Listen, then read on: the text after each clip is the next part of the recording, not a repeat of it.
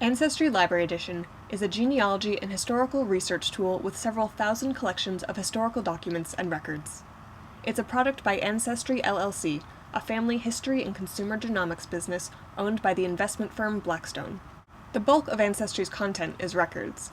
Their collections of records span from the 1500s to the 2000s and include, but are not limited to, United States Census records from the 1950s and earlier, military records, court, land, and probate records, photographs, vital and church records, directories, and passenger lists. In all, Ancestry boasts billions of records in its holdings for users to search and examine. To access Ancestry, start from the library website, danverslibrary.org. Navigate to the research page. Then to our eLibrary by subject. Head to the genealogy section and select Ancestry. If you're accessing Ancestry from home, enter your library card number and PIN, then click Login. Ancestry's homepage features shortcuts to popular content. Most of the tools and content for research are available through the main menu. Before we get into searching, let's look at the other resources available. If you're looking for more guidance on how to get started, or you've hit a research block, head to the Learning Center.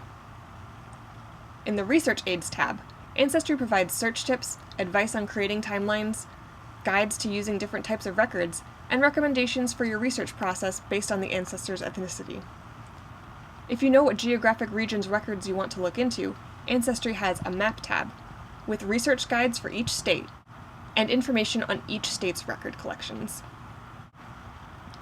The Charts and Forms page has printable forms to help you organize your research. Use them to record your findings and track your research. The message boards are a place where Ancestry users connect with others. The message boards are searchable and readable. Ancestry's search feature is the point of access for its billions of records. With so much information to sort through, it's helpful to be strategic about how you search. You can search all the collections at once, zone into searching a set of popular collections, or browse the collections available and search within an individual collection. Each of these options has advantages and disadvantages. For example, Ancestry recommends using the global search to see what bubbles up to the top. It's best for serendipitous discovery, but more strategic research can be accomplished with the grouped and individual collections. For any search, you'll start with entering some amount of information, and you can narrow or broaden how closely the records must match that information. Here's an example search. I want to find information about George Peabody's family. I know George Peabody lived in Essex County, was born in the late 1700s, was a banker, and that his father's name was Thomas Peabody. Based on the information I have, related to his name, place of residence, and date of birth, and the information I want to find out, I'll start by searching the census. For this first try, I'll enter George's name, and the county he lived in, and search. On the results page, there are refiners and filters to help adjust the results. Ancestry automatically set the location to broad. I'm going to narrow that down to the county and adjacent counties.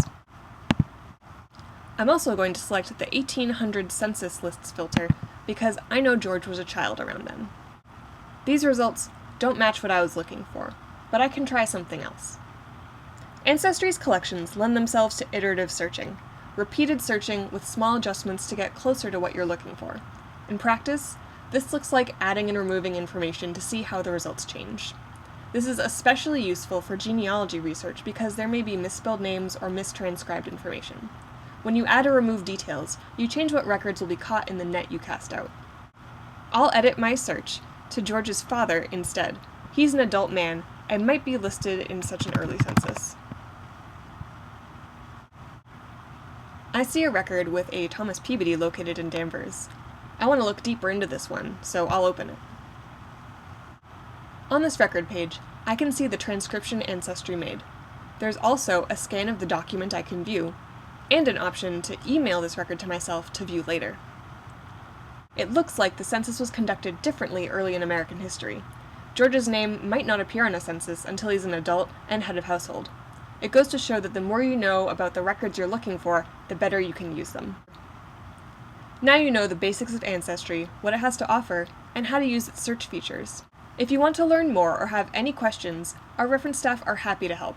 See danverslibrary.org for contact information.